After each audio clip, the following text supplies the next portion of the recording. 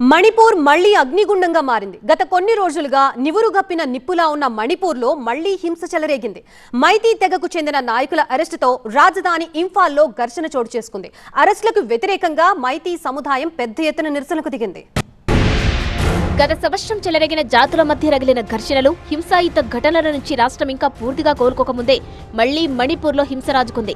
మైతీ తెగ radical group అరంబాయ్ తెన్గోల్ ఏటీకి చెందిన ప్రముఖ నాయకుడు కనన్ సింగ్ సహా 5 నాయకులను అరెస్టు చేయడంతో రాజధాని ఇంఫాల్ హింసాయుతమైంది.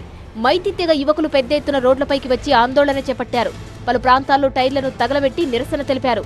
నిరసనకారులు తమ నాయకులను వెంటనే విడుదల చేయాలంటూ ప్రభుత్వాన్ని డిమాండ్ చేశారు. ఆత్మహత్య చేసుకుంటామంటూ కొందరు యువకులు పెట్రోల్ పోసుకుని బెదిరింపులకు దిగారు. ఆందోళనకారుల దాడుల్లో వాహనాలు ధ్వంసమయ్యాయి. 2024 ఫిబ్రవరిలో పోలీస్ సూపరింటెండెంట్ మొయి రంగ్దేమ్ అమిత్ ఇంటిపై దాడి, ఒక సీనియర్ పోలీస్ అధికారి కిడ్నాప్ లో కనన్ సింగ్ ప్రధాన నిందితుడిగా ఉన్నాడు. ఆ సమయంలో కనన్ సింగ్ రాష్ట్ర పోలీస్ కమాండ్ యూనిట్ లో హెడ్ కానిస్టేబుల్ గా పనిచేస్తున్నాడు. విధుల్లో నిర్లక్ష్యం కారణంగా అప్పట్లో కనన్ సింగ్ ను సస్పెండ్ చేశారు. ఆ తర్వాత కనన్ సింగ్ ఏటీలో నాయకుడిగా మారారు.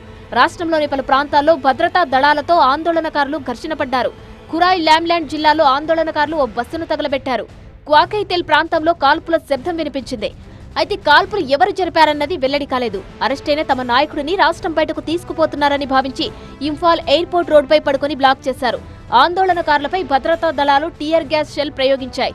లాఠీచార్జ్లో ఒకరు చనిపోయారు. మణిపూర్లోని బిష్ణుపూర్ జిల్లాలో కర్ఫ్యూ విధించారు.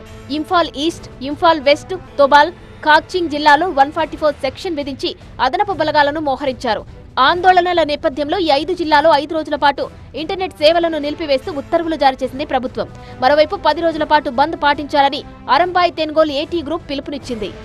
2023 మే నుంచి మణిపూర్లో మైతీలు, కుకీజో తెగల మధ్య చోటు చేసుకున్న హింసాయుత ఘటనల్లో 260 మందికి పైగా ప్రాణాలు కోల్పోయారు.